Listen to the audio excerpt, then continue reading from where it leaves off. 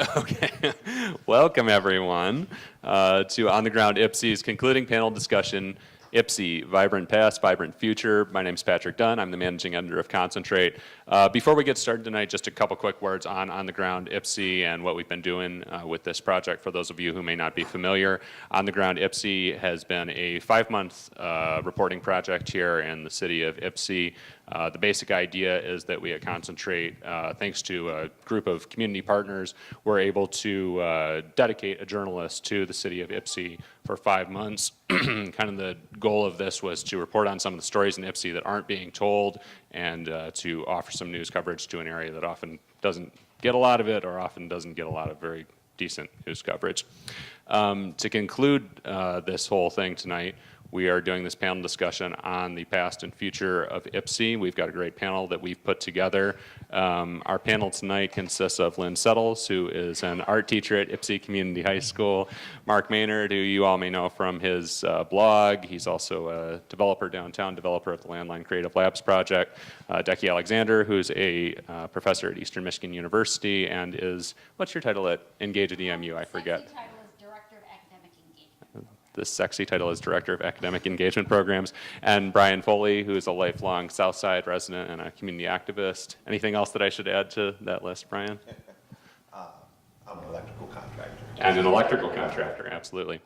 Our moderator for tonight, who we're very honored to have with us, is former State Representative David Rutledge, and I'm going to turn it over to him now. Please welcome Dave. Thank you, Patrick, and thanks to all of you for coming out to this discussion. I was saying to somebody that I think it's important that we get together in little clutches like this and have these kinds of conversations.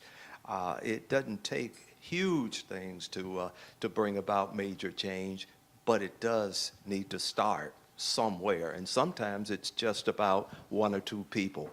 We're going to go back. Patrick was absolutely right. We've got a stellar panel, and I am honored just to be part of this whole discussion.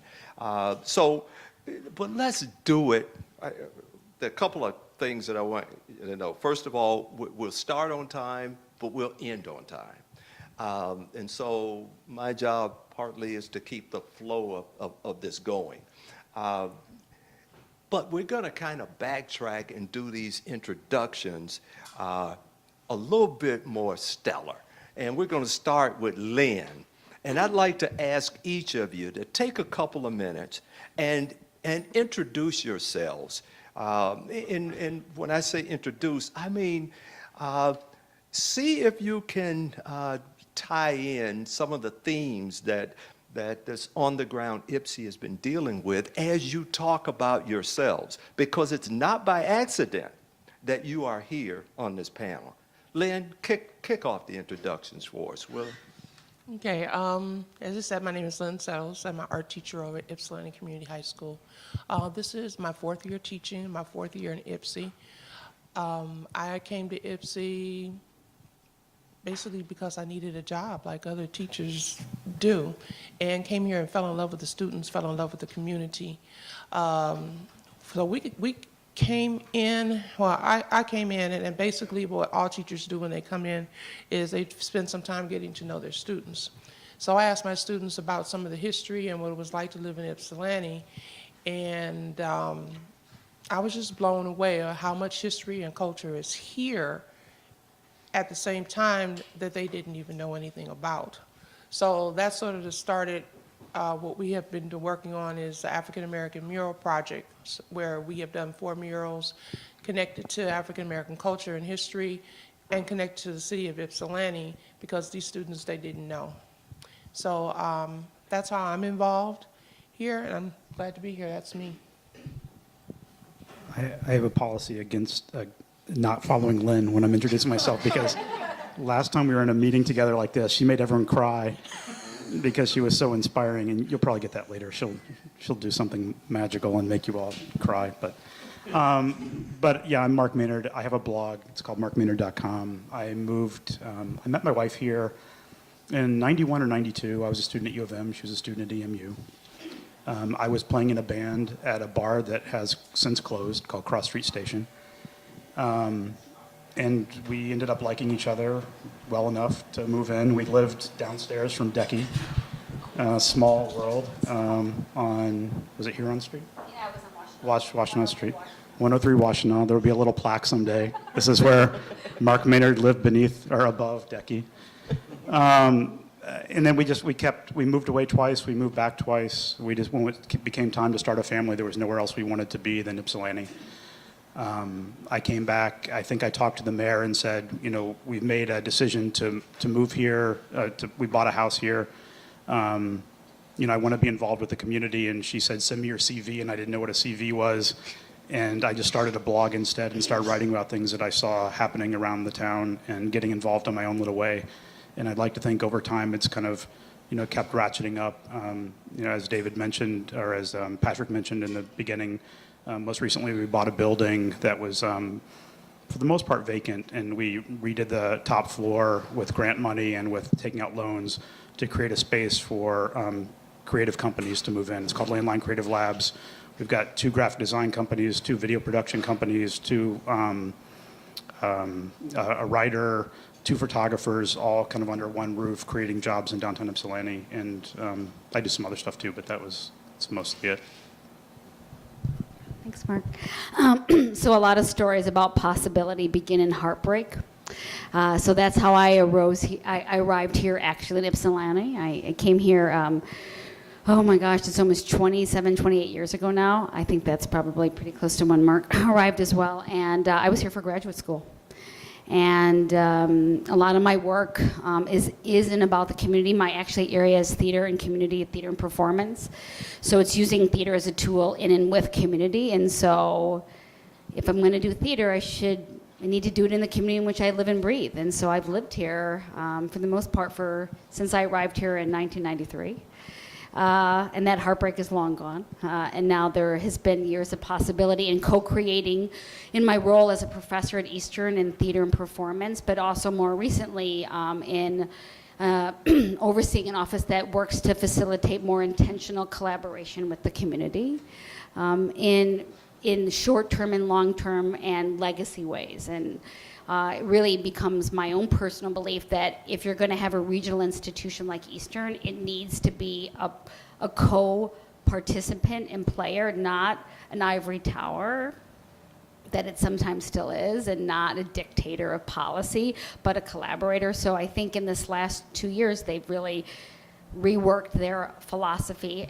And I'm honored to be part of that, to really be a collaborator intentionally with and for the community economic development. I'm still doing theater in the community. I'm still working a lot with Ozone and different individuals where we use theater as a tool. We just performed out here about 2 months ago, using theater as a tool to generate conversation in and around community. And my legacy in Ypsilanti is I saved a lot of cats, actually. That's really what Mark knows me about. Saved a lot of feral cats. I can't look the other way. And so there was about 100 feral cats at one time that I've taken in, and made sure that they had lives beyond the lives that they would have had. So that my mother calls it an obsession. I call it a purpose. So that would be it. My name is Bryan Foley. I never left Ypsilanti. I was born and raised right here. I'm born in what we call the old Bayer Hospital. It was called Bortz at one time. I'm not sure what they call it right now. So I've never left. I've always been right here. There's one thing that I just wanted to clarify. On the program, it labels me as an activist, and that's the first time I heard that. I don't too much like titles, but if I must be labeled something, I prefer to be called a scout or a forward observer. And what I simply do is I look out and see what's happening down the road. And the responsibilities of the forward observer and the scout is to report back to the generals and to the troops of my community of what's going on and what's happening, what's going on in Ypsilanti and what have you. And that's what I do. So the activist title, I talked to some friends about it, and they said, well, if you've kind of been thrust into this role, then you have a responsibility to uphold certain things to your community. So I'm not going to back down for that, right? But Dr. King, who is a hero of mine, he had a speech where he said, I've been to the mountaintop, right? And he said that I may not get there with you, right? Well, I plan to get there with my people because I've seen what's up on the horizon on Ypsilanti and some good things coming down here. So that's what I do is I report back to what's going on and just tell people what's going on with the climate. I am very involved in my community. I do a lot of volunteer work at Park Ridge Community Center. In particular with Anthony Williamson, very good friend of mine who's very dynamic and active around there. I am the entertainment chair of the Summerfest committee, which is called the Joe Doolin Day Summerfest, what used to be called the Black Arts Festival. And so I was just talking to Lynne and Decky about some artists that we're looking to have, what have you. So while there is a lot of things that are taking place positively in the city of Ypsilanti, I just am here as a member of my community to make sure that we are participating in the good also. So that's just a little bit who I am. Thank you. That's good. I have a few questions that will stimulate, I think, a discussion among our panelists. But I want to take you back. Really, 1971, July, was quite a contrast from what we see outside now. It was an unusually hot summer in the Midwest. And I was transferring from the United States Air Force, had been accepted at the University of Michigan's Law School, and was traveling from Newfoundland to Michigan, actually to be reunited with my wife, who was from Ecorse, Michigan. Met her in Tennessee, married her in California, and then came back to Michigan to make our home. When we were united and we drove from Ecorse to Ypsilanti, and I entered Ypsilanti, drove down Huron Street, I was blown away. The stately homes, and so I'd never seen anything. I'm from Tennessee originally, and the size of these homes, and so I said, wow, this is beautiful. And so from that point on, Ypsilanti, there became a love affair between our family and Ypsilanti and its surrounding areas. So I'd like to ask the panel, as we kind of look back, but also look forward, can each of you kind of think about and discuss with us some challenge in the past that you think we've overcome that might set the stage for us moving forward into a dynamic future? And what have we learned from the challenges that we've overcome? Let's start with, we will do this in a little bit different ways since you started us. Bryan, let's start with you on this end, and then just work. And I just ask you to just, as you think about this, give a quick synopsis of what you think so we can make the best advantage of time. While he's thinking about this, I want to mention to all of you there are cards that you have so you can feed questions to the panel on your own. But understand, this is a very relaxed atmosphere now. We don't want to get so formal that you just can't ask a question. I just want you to write it down so we can focus. And if you don't want to actually ask it yourself, there are people walking around you can just give it to, and we'll ask it. Okay, kick us off. Wow. Thank you, David. And let me just say this, I'm honored to be on this panel. 1971, I'd have been 11 years old, right? And I was traveling down that street when you was talking about Huron Street. Yes. And there's some beautiful stately homes that are called the historic South Side. Also, prior to that, I do recall when Huron Street and Hamilton Street were much narrower than what they were, and they're actually two-lane highways. And this was prior to urban renewal coming in, okay? And I actually can recall during that time, you're talking about in the early 60s and what have you, actually riding my bicycle up and down the sand dunes, or that they had trucked in to make the roads wider and stuff like that. And it was a fun time as a kid in 1971. The festival was going on. We did a lot of playing and what have you. But I also remember the times, too. You're talking about 1971 as an 11-year-old child. You're talking about 3 years after Dr. King had been assassinated.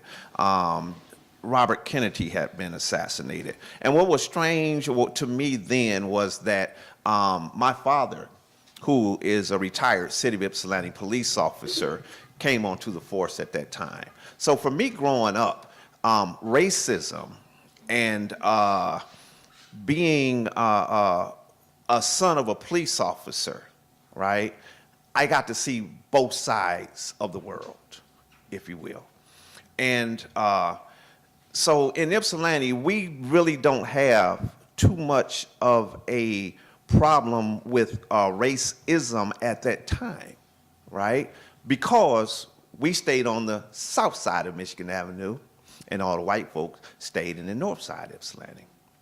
So what happened at that particular time prior to urban renewal, we hear it talked about all the time, the mythological black business district.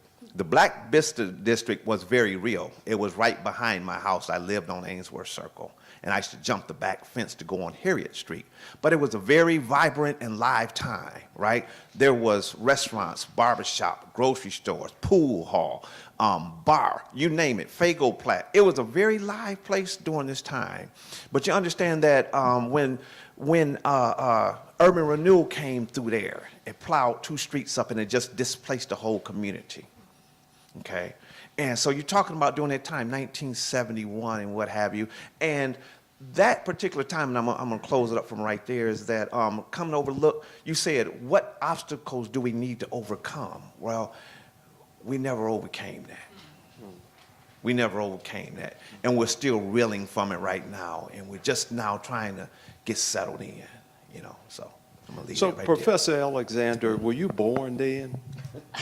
You're very cute, David. Yes, but I was 2. But yes, I was born then, so I can't really talk a little bit about 1971, except that I'm sure it was really great. I was in Chicago. But I think to answer your question about past and present, and I can only speak obviously from my own experience, I always think there's this this dichotomy here in Ypsi of the need for and want for individuality and independence, and also the need for like commerce, right? And so how do you reconcile like the value of the individual coffee house, right? Bombadil's, Mud House, his name was Joe, by the way.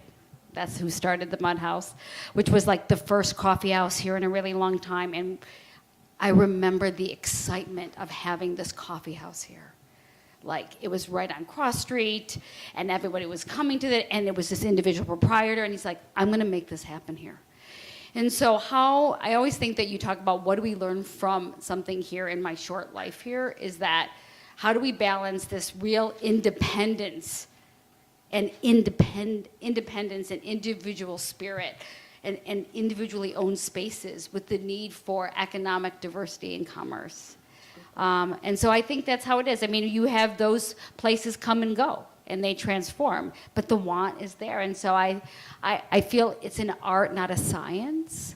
And I don't think, to Ryan's point, that's solved in any way.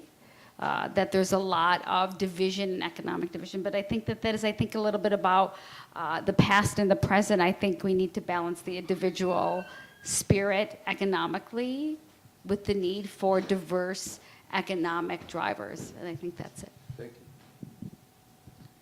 you. Yeah, I think I can talk about all this stuff. I think the original question, as I recall, was about something that we've done well in the past or something that we've accomplished. And The challenge that has popped up in the past that will lead us into the future that we've had to overcome.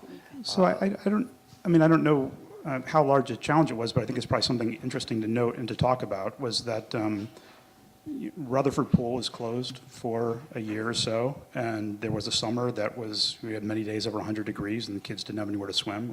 It was a big issue. We don't have the same tax base that they have in Ann Arbor, where they have 4 or 5 public pools. But the community came together, and I think the takeaway is that, there was some government role. I think you were probably helpful in that, but I think a lot of that came from the ground up, with community organizations getting together and everyone getting on the same page saying we need to have this accomplished. And, the realtors and the homeowners and people on the north side and the south side, everyone getting together to raise the money that we needed to relaunch the pool. And I think there's a lesson in that. I think there are a few opportunities. I think I can, talk a lot about things that were done poorly, which I think we can learn a lot from as well. But I think that's one instance of something that was done well, where it reflected the best of what Ypsilanti had to offer. And I think it was a testament to this community, and it made me feel really good to be a part of this community. A sterling example. Yeah. Excellent. Lynn? Well, keeping in mind that I'm new to Ypsilanti, one of the things I think that we have done in school and within my class is the fact that we started this African American mural project. There's a lot of rich history and culture here that I definitely didn't know anything about, and my students didn't know anything about. So just by doing these 4 murals that we've done, they've learned a history about their community that they had no idea existed. I've had students sit up straight now because I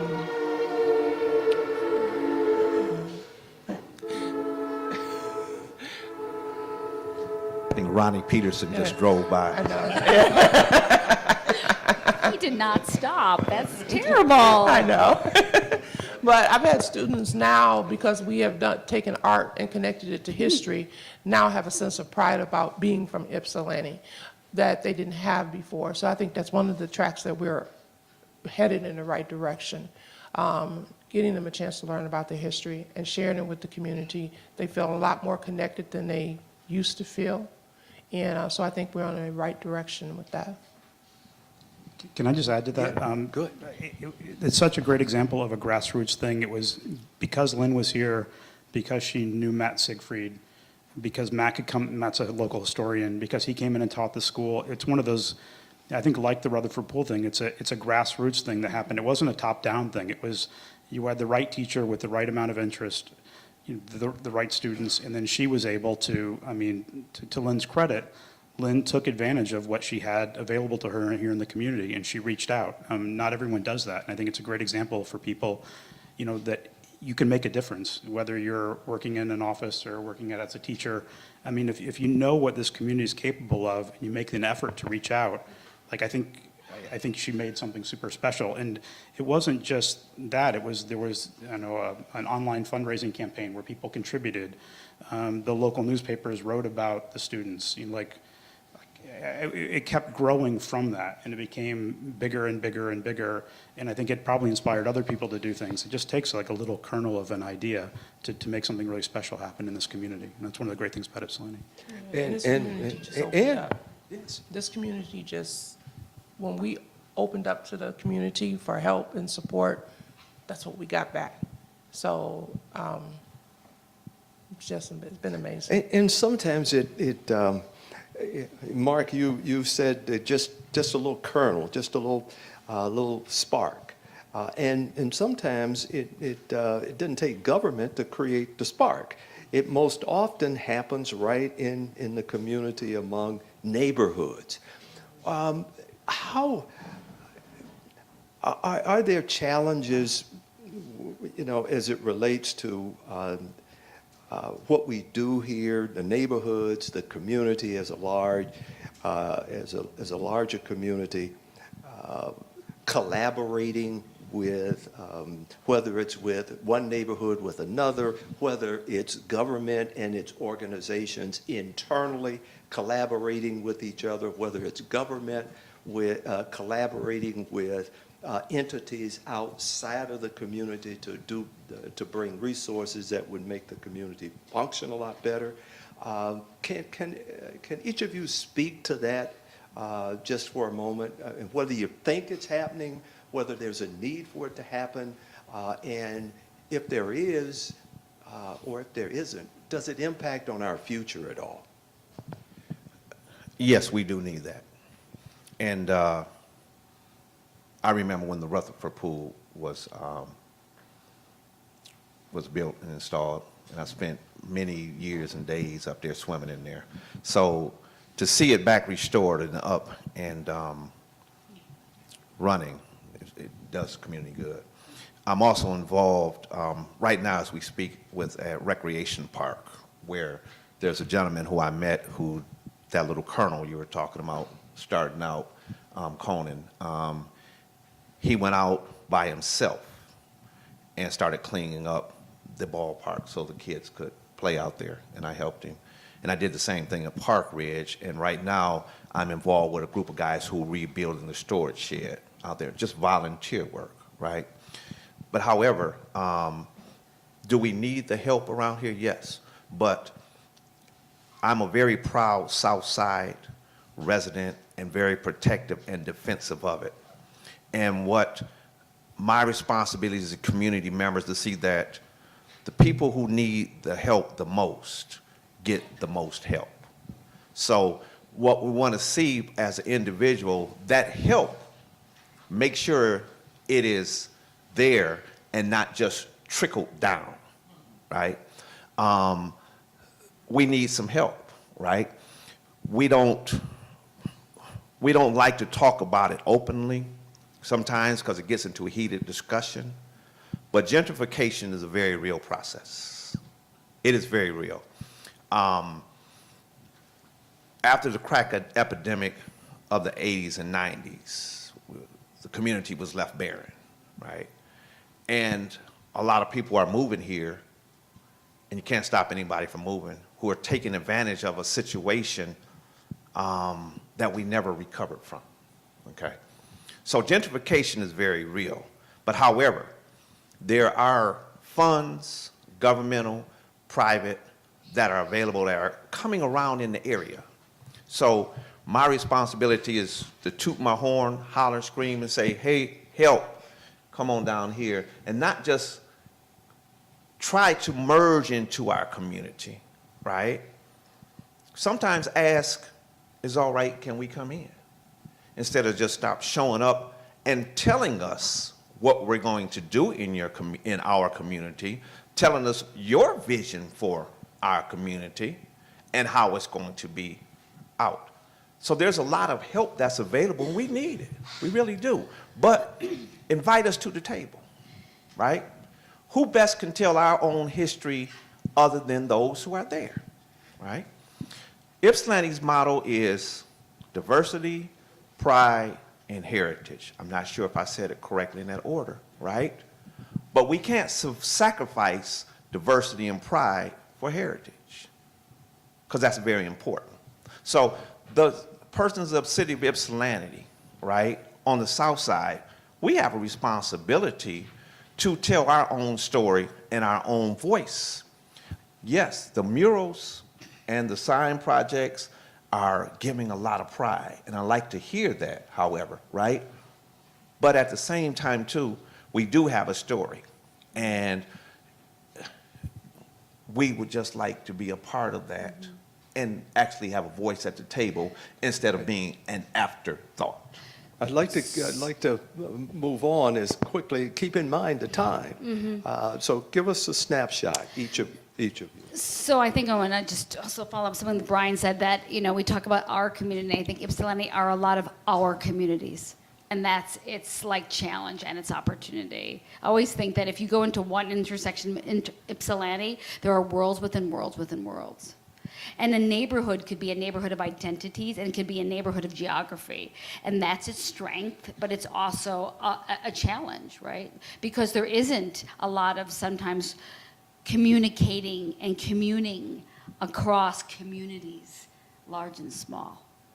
it's an opportunity, but I'm not sure if it's an opportunity that's taken advantage of. I mean, you'll have places where there's intersections of peoples and identities and class and culture, but that's different. That's far and few and far between. I mean, I think that you talked, David, about is there political conversations. I mean, I think there are some barriers considerably, including Eastern, to those kind of authentic inter-community conversations and discussions that make a city more livable and pliable and authentic and more whole. And I actually think Mark is a leader in that particular. I think his blog actually directs a lot of that forward thinking and transparent conversation.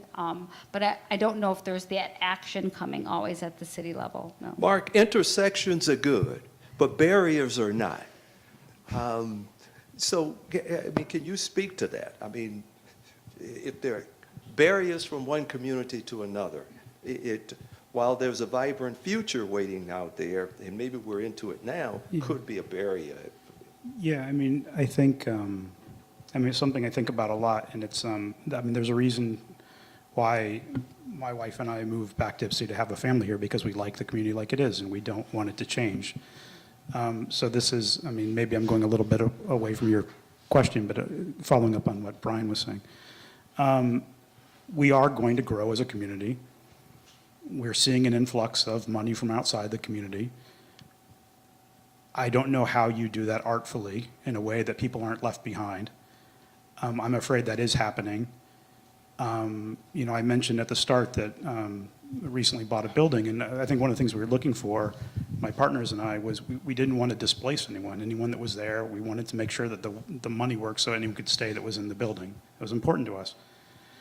And it was important to us because we live here and we care about this community. I don't know that outside investment always thinks about those things. And it concerns me that the more I hear about people, because whether it's the crack epidemic or the factories closing, there is property here that is that's more affordable than in Ann Arbor, and people are coming here to buy. And my kids are in public schools, and the better the schools get, the more people are seeing this as being an option. And it is changing the fabric of our community. And I don't know that there are good examples of other communities that have handled that well. And it does concern me. And you can't stop gentrification because you can't make people stay in their homes. If the property values rise and someone wants to sell their house and retire to Florida, I don't know how you do it. I don't know how you instill in people a sense that the community is important and they need to put that in front of their own economic interests. I don't know how you say to a business owner that owns a building, don't put in a Starbucks, put it in, take a little less money and rent it to a local business person. I think the cat's out of the bag and it's changing. And I love the fact that there's an opportunity for us to talk about this today. And I think to your original question, there should be more opportunities to talk about this, because it feels like if we don't do something soon, it's going to be too late. Because it's already changed. When we moved here, it wasn't 71, but we went from, porn stores. Right. Like there were 3 of them downtown, and then now we have little family-friendly ice cream shops. It's like, it's changing pretty quickly, and the boarded up storefronts that were here in 1991 are not here anymore. Like things are changing whether we like it or not. We just have to, and I don't know how you control it or how you. I wrestle with that, and Lynn, we're coming right to you. In fact, why don't you go ahead and share any thoughts you have on this, and then I want to come back to Mark's point in terms of change and whether we can stop it or not. Well, I know one of the things that we're teaching the kids is that you need to learn to let your voice be heard, that you can't sit back silently and quietly and complain about things. You've got to get out there and do something.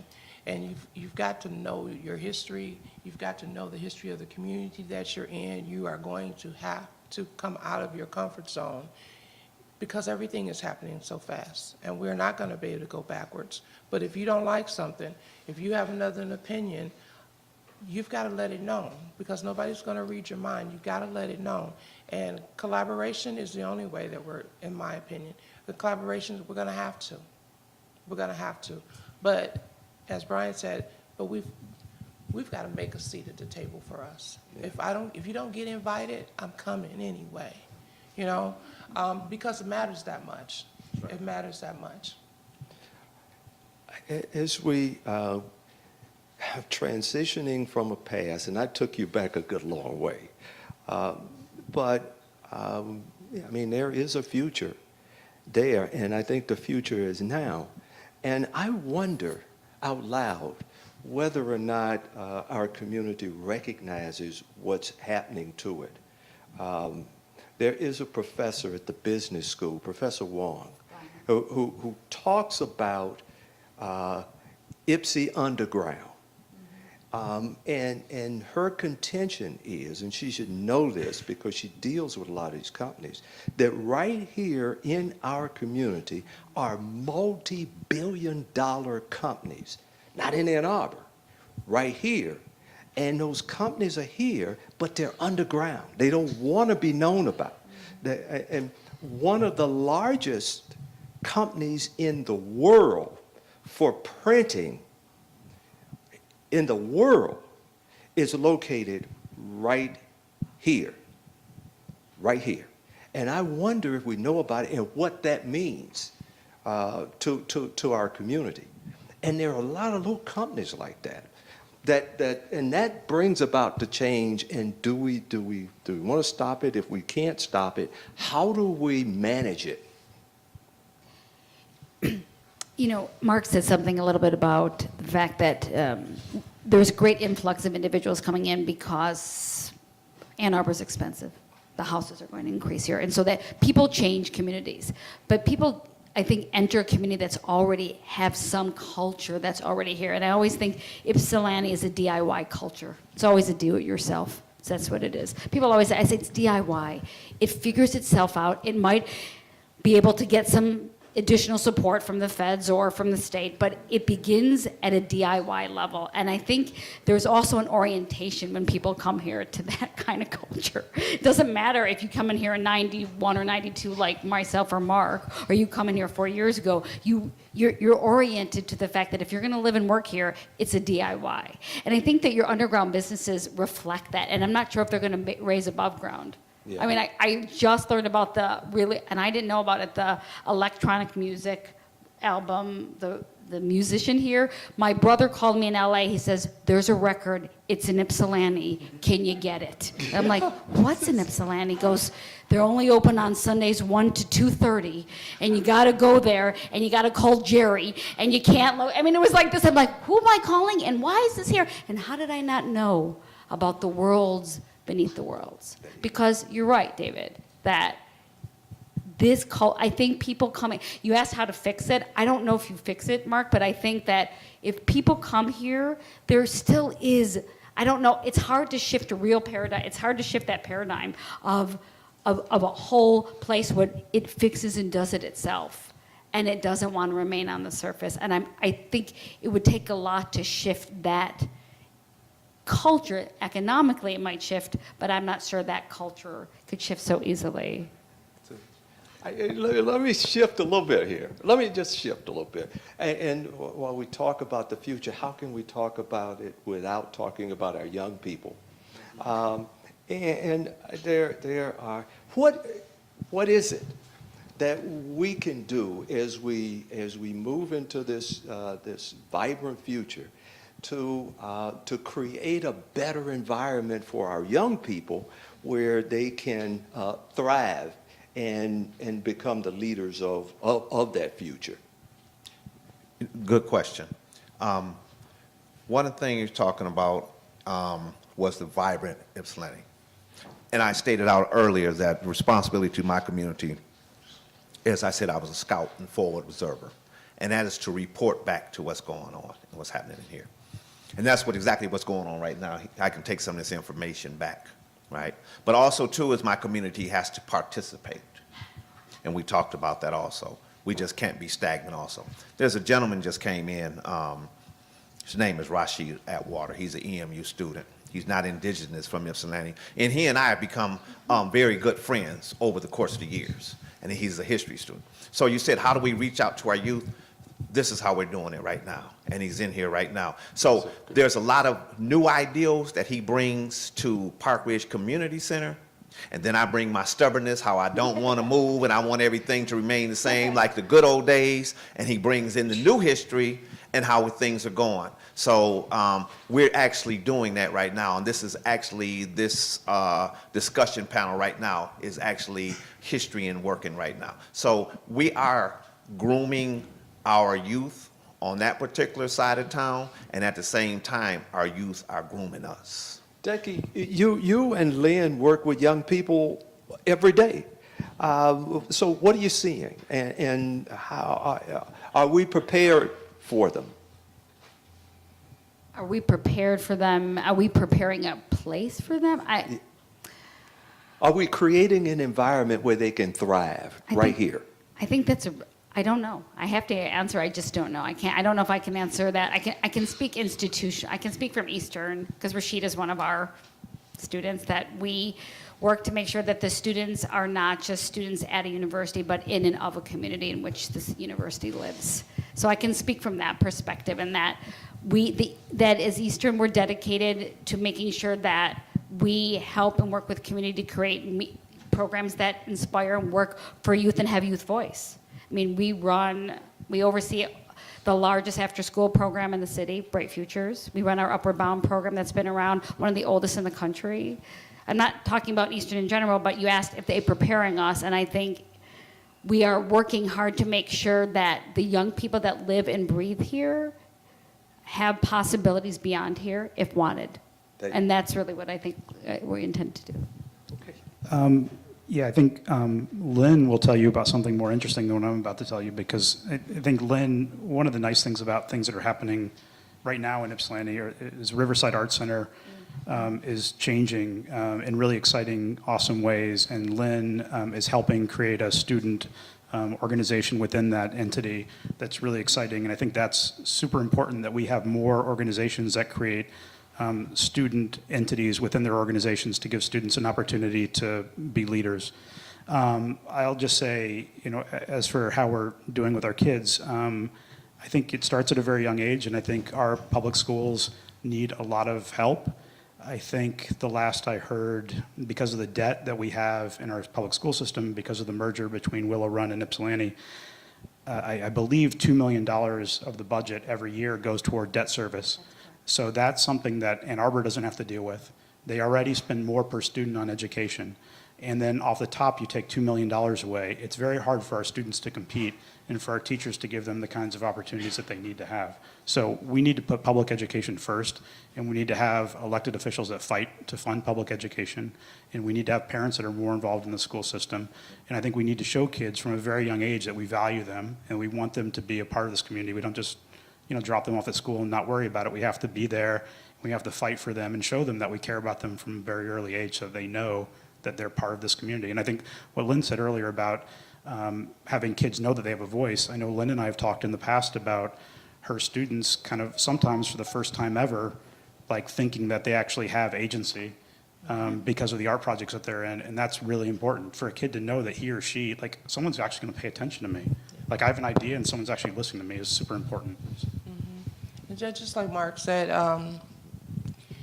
things are moving so fast, and sometimes for us adults, it's hard to keep up. We have got to allow them to have a voice, to help them bring their ideals into reality in order to have them prepared for the future. There are days I'm just like, okay, y'all are making me tired, but that's my job. I mean, my job on my paycheck level and my job as a human being, as a person, all that's my job. So my thing is that if they say, what about? I said, well, how are we gonna make this what about happen? Or are you gonna at least look into what about this? So as Mark said, so we have we call it TAC, and it's a teen advisory board that is in collaboration with Riverside Arts Center. Well, they'll be there every Thursday after school.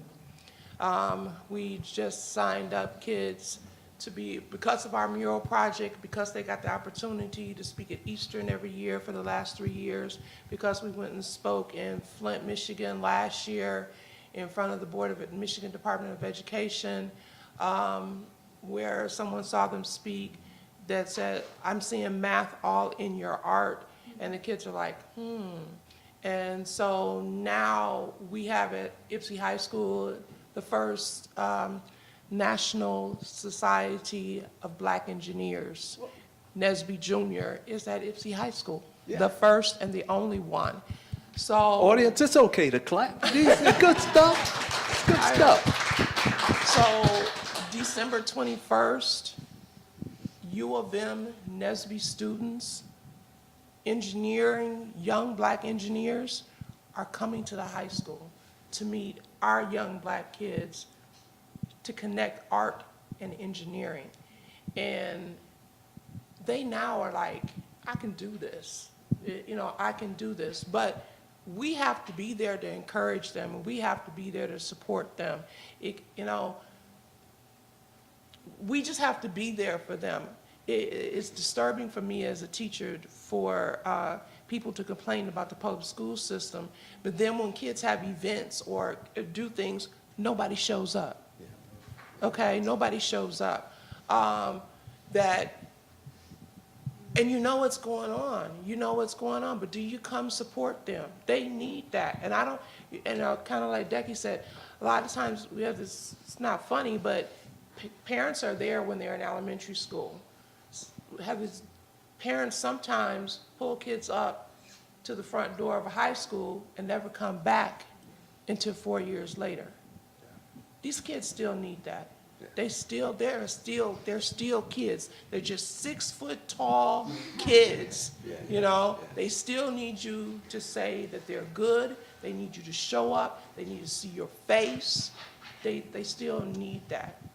And, Back at you, Decky, okay. and then Just a really Bryan quick and one. Decky. I just wanted to say that part of what you asked the question out, what are we doing for youth? And we are able to have individuals that are change makers in people's lives.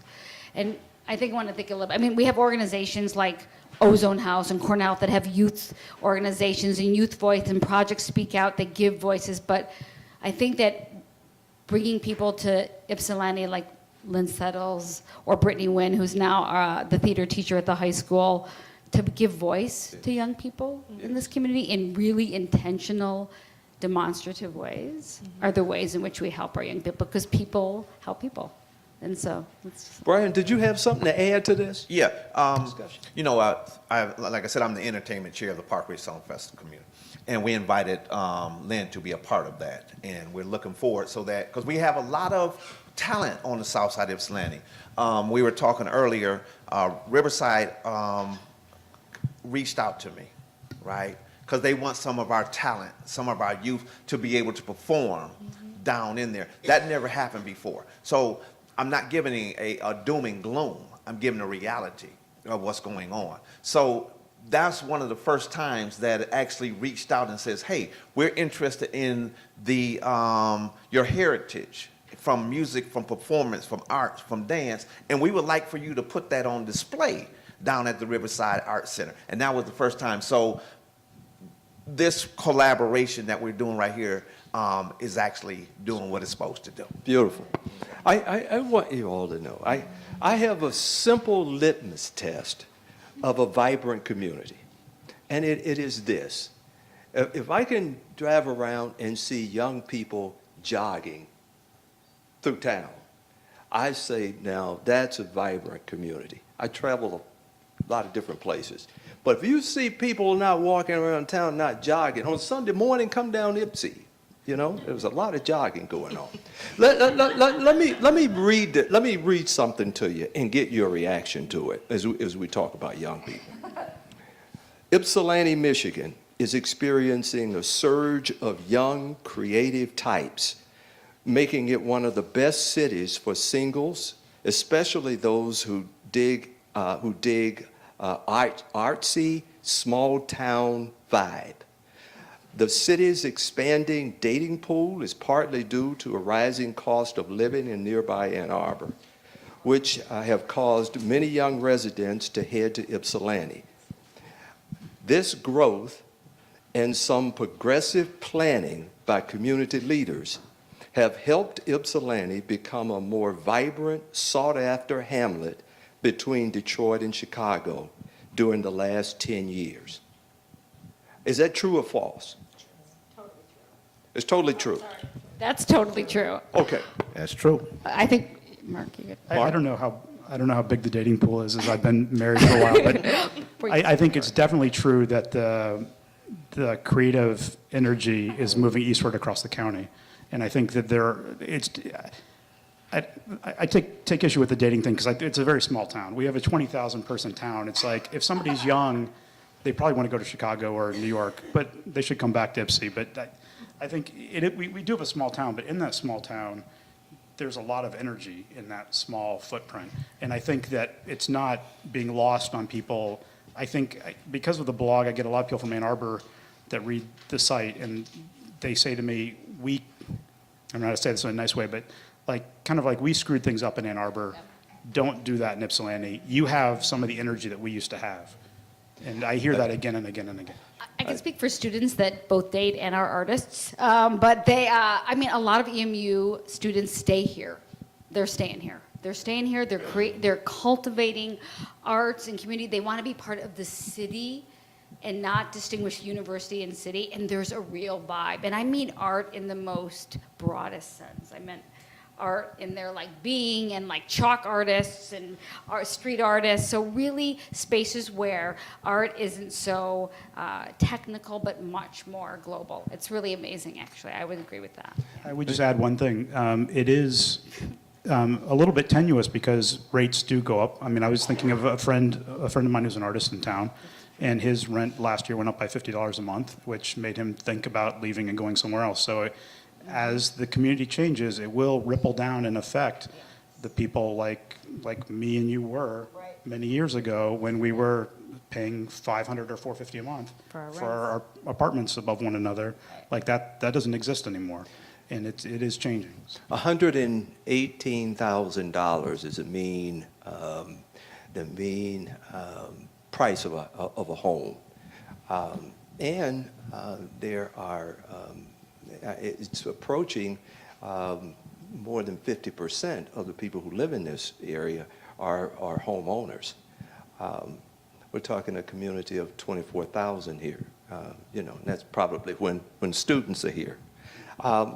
What I just read you, what if I told you that excerpt was, I took from a piece that declared the city of Ypsilanti as the 6th best place in the country for young singles? What if I told you that? Do you guys know that? Had you seen in 2015? By a show of hands, did you know that? Anybody in this room? One person? I knew it because I interviewed the guy that wrote it, and I had questions about his methodology, but I'll talk to you about that later. Okay. All right. And Mark, it's worth talking about. It's worth questioning the criteria that they used. But it's interesting to me that whatever criteria they used, they put Ypsilanti ahead of Miami Beach, ahead of Ames, Iowa, ahead of Athens, Georgia. And the other piece of it is methodology. It becomes important, but it also becomes important that we understand the vibrancy that we have here, and that we talk about it. So just in about 1 minute, actually, we're going to open this up for questions from the audience of our panelists. And so we're going to get 30 seconds, I got 30 seconds to Bryan, yeah. and then we're coming to the audience. David, like I said earlier, I don't like the title activist, but the activist is who I am. I just don't like that, right? But I would be doing a disservice if I didn't sit up here and try to defend my community, right? And not just the south side of Ypsilanti, the entire city of Ypsilanti. We have a rich and vibrant heritage up in here, right? And so there's a lot of talk about a lot of people bringing some pie into our community, but I can't just let you sit up here and bring a whole bunch of pie into my community and eat it in front of my face without you offering it to us.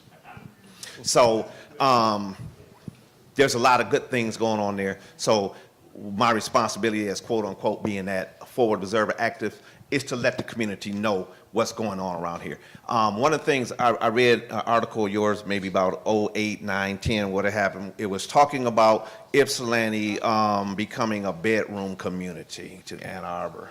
And you had wrote that. That I did not want that. You didn't want that. Yeah, and you I did, and you're right. And you did not want that, but you wrote that in there, and you brought it, and you brought life to it. What's going on, and that's exactly what's happening right now. So, why, as I talk about that also too, the heritage in our city of Ypsilanti,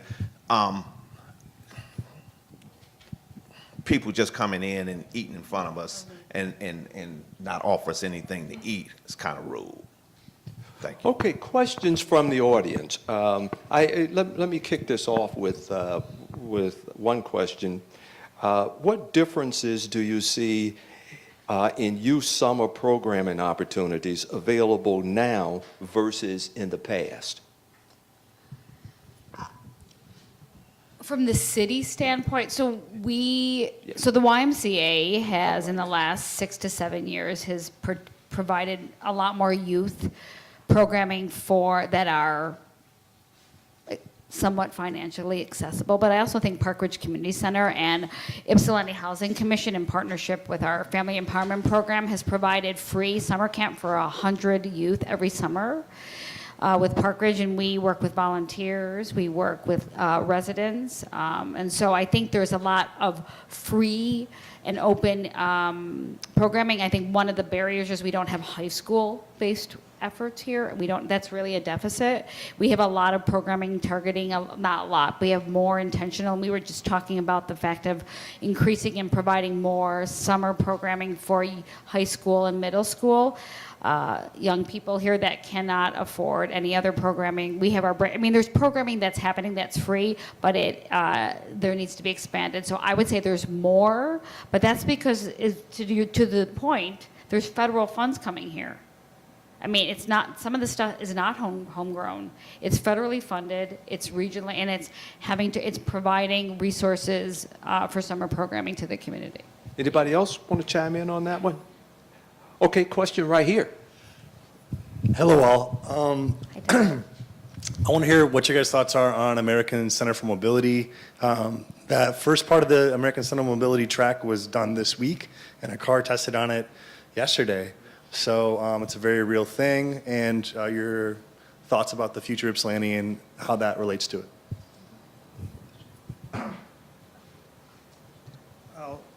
I should just say that, like I was saying before, not only is growth inevitable, but it can be a good thing, and that we need to grow our tax base. So I shouldn't present my opinion as saying I'm anti any change. Change is going to happen. I don't know what that might mean. I mean, it's something I think about. I don't know how many jobs might be created, and I don't know how it's going to affect the local community. It's there. I mean, it's going to grow, I assume, if they get more companies to sign on, so it's something we have to deal with. I had my first conversation with the guy who runs it a few days ago because Mary Kerr had introduced us at an event in Detroit.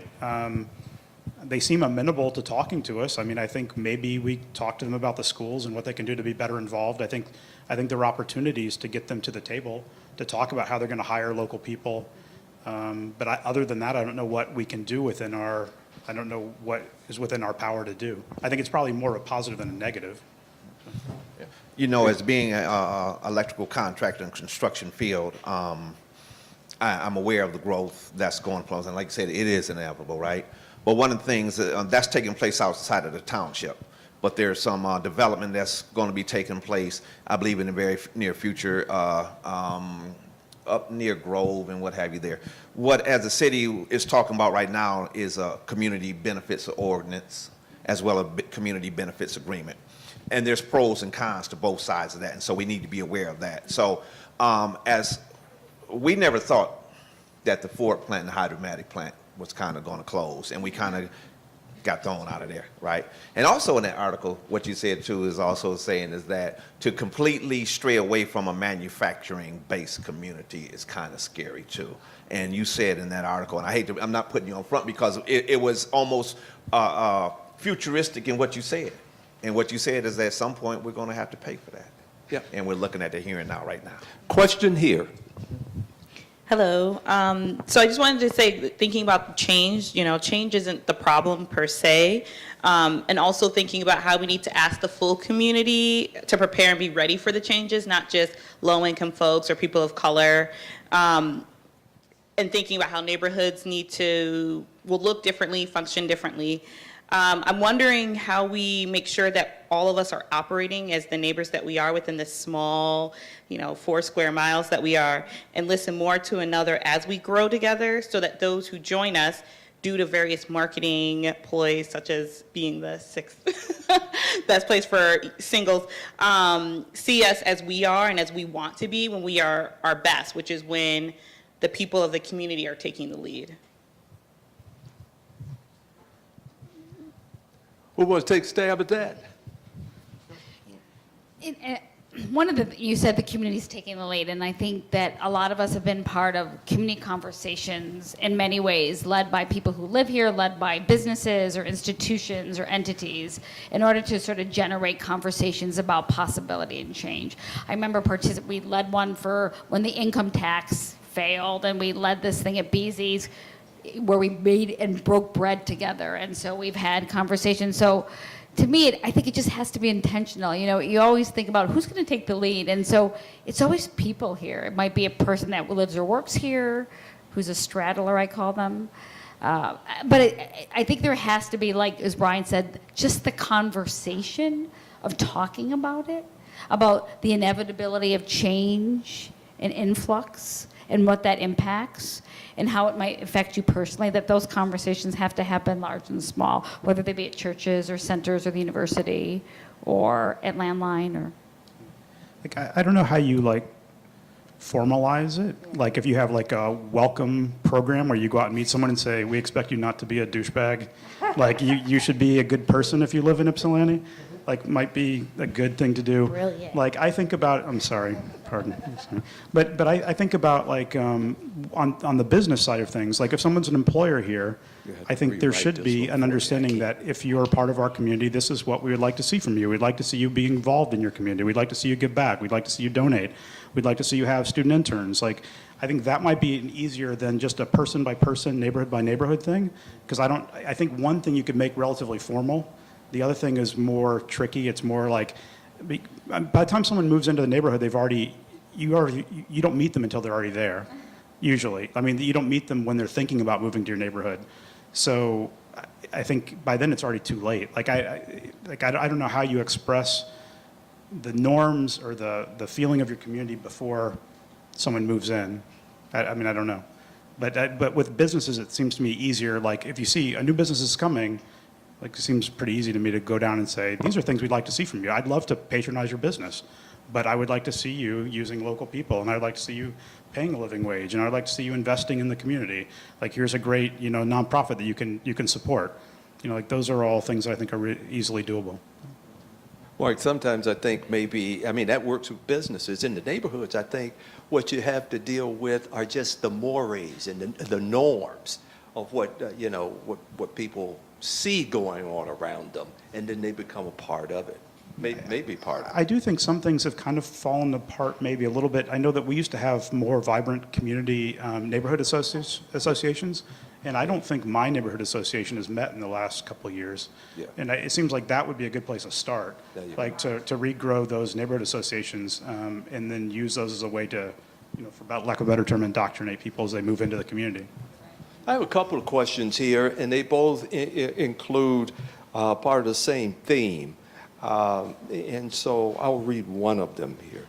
The Ypsilanti zip code includes Ypsilanti City plus townships of Superior, and this says Pittsfield.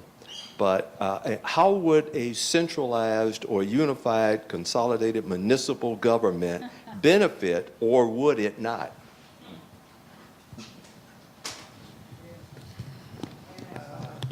I'll speak as a layperson here. Yeah. I do not understand why we have 2 clerk offices within like a half a mile. Like, it's mind-boggling to me, personally. It doesn't, and I'm not sure if it's ever about now I feel it must be about territory. So as we work on a lot of projects here and try to facilitate collaborations in and among the township and the city, there's some real systematic barriers. And do I think it would be I just feel like some of the tasks that can be done collectively, like those kinds of real, like, localized, like clerk, like elections and things of that sort. I'm not sure you need to have that. So the answer is yes, and yes, but. Yes, but. Without turning into a conspiracy theorist and start talking about globalism and one world government and all that kind of stuff.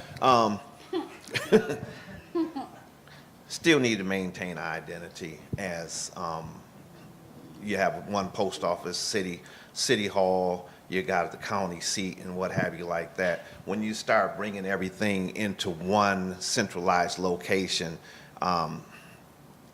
we start losing our identity and we start losing our humanness, I believe, personally. So I don't think that's a good idea whatsoever. At the same time, there was talk a few years ago of the township kind of creating their own downtown, which seems kind of ridiculous because we have a downtown. Like, why not all work together and acknowledge the fact that we are the downtown of Ypsilanti? And then, I mean, I don't know. I mean, you're right about identity. It's important to preserve that, but I don't see why we couldn't make more of an effort to be more coherent in the way we work together. But there's a history. I mean, you probably know the history better than anyone in the room. I mean, there's an ugly history that goes back decades about the city and township. Well, I can tell you, when we started, remember I said in 1971, when I drove down Huron Street, making this our home, when we settled in a lovely cooperative called Danbury Green, and our address was Ypsilanti. And we had no idea that we were living in Superior Township. Our address was Ypsilanti.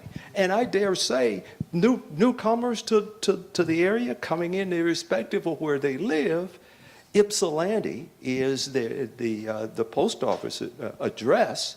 And I dare say, it's only after you're here a while and you learn the municipal divides that you understand that you're in a different municipality. Will that ever change? You guys are saying, I'm not sure what you're saying. Maybe no, maybe not. I'm trying not to be the activist, okay? Yeah, okay. All right, okay. Let's transition to another question from the audience. Give an example of positive effects of growth on people already here. What does this kind of growth look like? How can we ensure that we grow in such a positive way?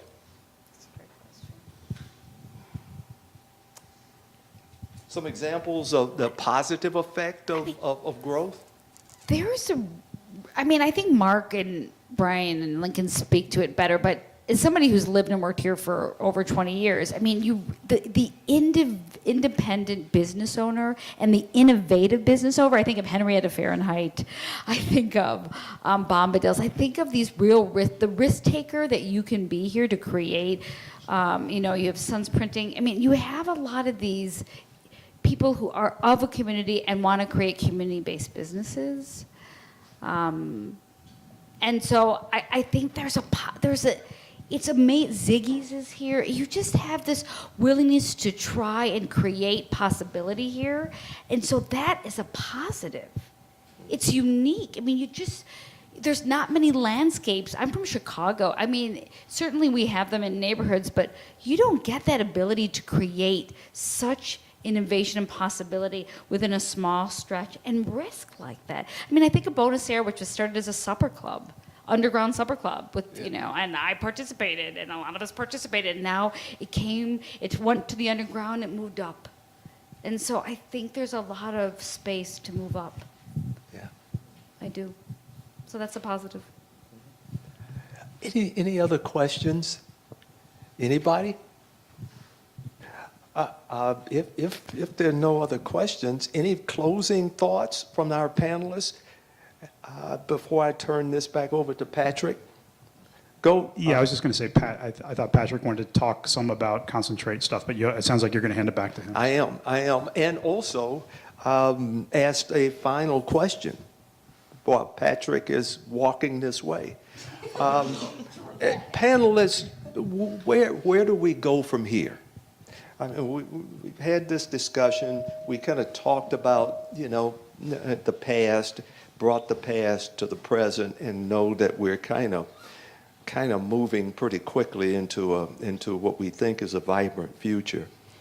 What do we do with the conversations that we've had, Ypsi on the ground, and the work that Concentrate is doing? Where do you want to see it go? It's beautiful. I really like the work that Concentrate is doing by making what's happening in Ypsilanti aware via the social media. But a lot of our people are older and what have you, and they don't have access to social media. A lot of people don't do Facebook, Twitter, and what have you. So, and we don't have a local newspaper and stuff like that, so a lot of information is not being dispensed down. So if you're not on social media, you wouldn't know that this is happening. I'm going to take this information that's taken here, and we have community meetings, and dispense it out there so that they know what's going on. And so that title that's put on me is activist. I'm going to actually have to use that and go back and let's know what's going on and what's happening. But also, too, I'm going to say this, our elected officials have to get involved and be more engaged into the community and be visible in the community and be present at events right here. How you doing, Commissioner Jefferson? It's good to see you. But he's here, right? He's good to see you. And so our elected officials can get back out to the citizens to let them know what's going on. I think it's hard to be on the ground, right? I mean, it's hard to do it and to live it and to tell the story. And so I think I personally appreciate the ability to have had an opportunity to give voice to a lot of the stories that have not had a voice. So you asked what's next. I think it needs to continue. And to Brian's point, not everybody's going to read something. I mean, a lot of those stories, I have to admit, I live here and work here, and I was like, oh, I didn't know that. I didn't know that. I mean, I knew about Bottles and Backpacks, but I didn't know the depth of that organization. So there's stories within stories I didn't know. And I live and work here, and I don't know. I mean, there's a lot of people that live and work here don't know the nuances of the people that live and work here. So, but there needs to be other sort of spaces where those stories can be told. That because people will not access it all through media. So how do we get those stories to more public spaces? So I hope it continues. I think that's what's next, to tell the stories. Yeah, I think it should continue. It is so nice. Part of their assignment at school is that they go to the website, they look through all the stories, pick a story, read it, and write out 3 things that they learned about the story in their own community, and they're all positive, okay? Because they get a lot of negative, okay? They get a lot of negative. So have them someplace that they can go and hear something about that's going on in their community, and it's positive, and they can see themselves in it, I think is a really good thing. So I hope it keeps going on. You have the final word, Mark. Oh, I think we should shut down Concentrate. No, I'm just kidding. I think they've been doing a great job. I was excited to have them come here. We've been living in what they call a news desert for a long time. The Ann Arbor News, when they closed their office here, they said they would keep covering us, and they didn't. We had Tom Perkins kind of part-time covering things until he left, and then the Courier closed, and there's really no one telling stories other than the crime beat, because the police department puts out their press releases when a crime happens, and the Ann Arbor News runs it. So that's all the people from Ann Arbor see about Ypsilanti's crime, and it's all the students see, it's all anyone sees. And there's much more going on here, as we've seen over the last 5 months or so with Concentrate, and their on-the-ground thing. And as for what they could do in the future, I understand they're trying to raise money to keep going. I would just like to see more of the same. I think more kind of day-in-the-life kind of stuff would be interesting to me. I'd like to see kind of what happens at Corner Health. Like, there are things that I don't know about. Like, I know Corner Health is great, but I would love to see a reporter go there for a day and say, these are the things that come through the door, and this is what matters to people. Or like, person behind the counter at Dos Hermanos, just to see like what the perspective that you don't get to see as a regular person in Ypsilanti, I think would be useful. Yeah, excellent. Patrick, come on. But while you're walking close to me, I'd like to ask Commissioner Ricky Jefferson to stand, please. He's our county commissioner, and he's present. Bryan said officers ought to be present. And the commissioner is present. Thank you so much. Right. I would like to just say how very pleased and thankful and honored I am that I was asked to do this. It's special to me, especially to do this in a place that I love and in an area that I love. Old Town? You kidding me? One day we're going to have a train stop here. One day. You heard me say that. One day we're going to have some apartments right across the street over there. One day. So that's the future coming right at us, Patrick. And you keep telling us about it. Thank you. Thank you very much, Dave. Thank you, David. It was a real honor to have David Rutledge moderate this tonight. Before we wrap up, I just have to thank our sponsors for On the Ground for the last 5 months. So indulge me just a moment. This is a long list, which we're very happy about because we've been supported by some of the greatest organizations in the community. The Michigan Economic Development Corporation, Washtenaw County Parks and Recreation Commission, Washtenaw County Administration, Eastern Michigan University, Washtenaw County Convention and Visitors Bureau, Ypsilanti Downtown Development Authority, Depot Town Merchants, Ann Arbor Ypsilanti Regional Chamber, City of Ypsilanti, Downtown Association of Ypsilanti, and WEMU. Let's give a hand for all those folks. And while we're acknowledging all those, I just want to let you know that we are working on a renewal of On the Ground Ypsilanti. We're hoping to be back here next year. We've really enjoyed doing this work, telling these stories, and we're hoping to continue that. Lastly, and most importantly, I'd like to thank again our panelists. A big round of applause for Lynne Settles,